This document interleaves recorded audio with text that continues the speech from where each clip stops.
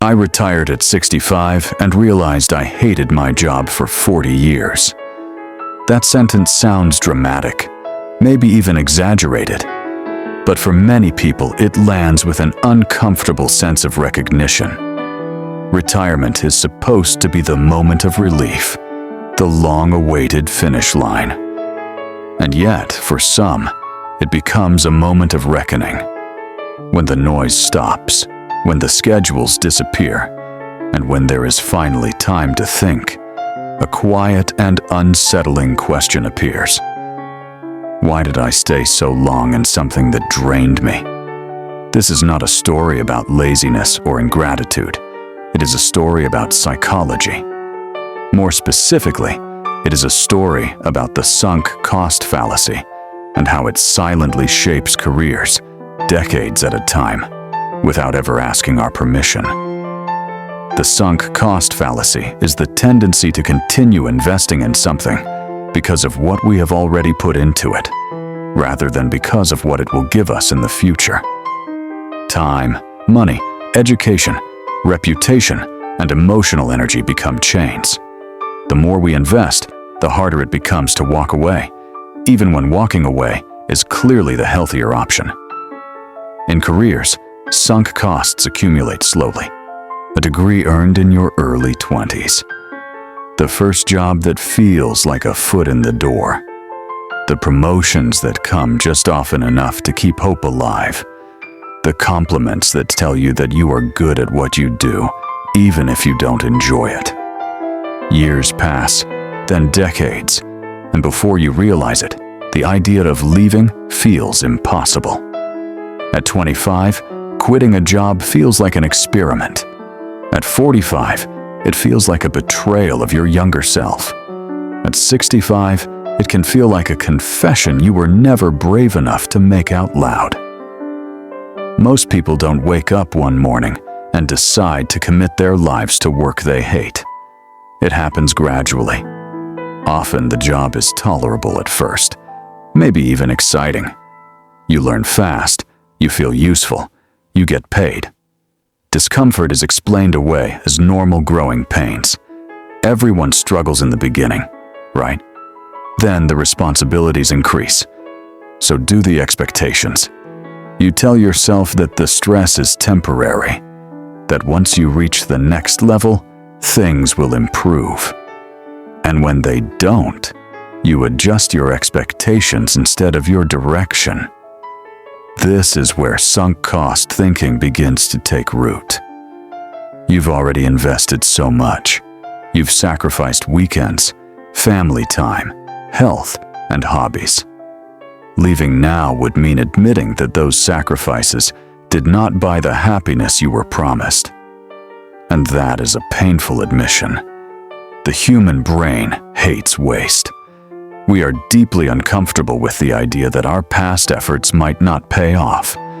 So instead of asking, "Is this right for me now?" we ask, "How can I make this worth what I've already given?" That question sounds practical, but it is actually a trap. Careers are forward-looking journeys, not museums of past effort. What matters is not how much you have already invested, but what staying will cost you from this point on. Yet emotionally, the past feels heavier than the future. The future is uncertain. The past feels solid and undeniable. This is why people stay in jobs they hate long after the hate becomes obvious. They stay because of the degree that took years to earn. They stay because of the title that validates their intelligence. They stay because leaving would mean starting over, and starting over feels like failure. But starting over is not failure. Staying stuck is not loyalty, and endurance is not the same thing as fulfillment. When someone retires and finally admits they hated their job, what they are often grieving is not just the work itself, but the life that might have been lived differently. The hobbies never pursued, the risks never taken, the versions of themselves that stayed hypothetical because practicality always won. Society quietly rewards sunk cost thinking. We praise consistency. We admire people who stay in one company for 30 years. We tell stories about grit and perseverance, but we rarely tell stories about the quiet courage of walking away from something that no longer fits. From a young age, many of us are taught that quitting is weakness. We are taught to push through discomfort, to honor commitments, to finish what we start. These values are not wrong, but when applied without nuance, they become dangerous. There is a difference between resilience and self-abandonment. There is a difference between commitment and entrapment. The sunk cost fallacy blurs those differences. It convinces us that leaving invalidates our past effort, when in reality, leaving simply means we learned something important along the way. Imagine applying sunk cost thinking to other parts of life.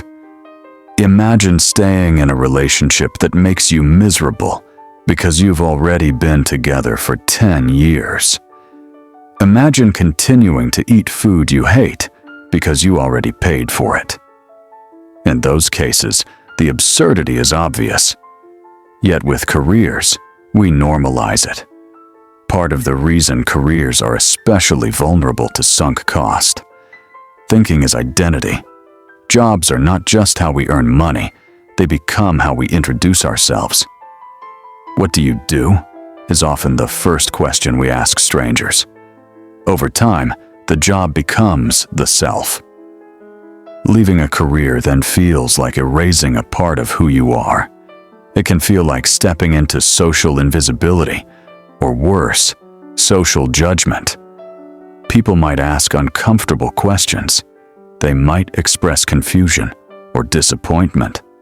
They might project their own fears onto your decision. So you stay. You tell yourself it's too late. You tell yourself that everyone feels this way.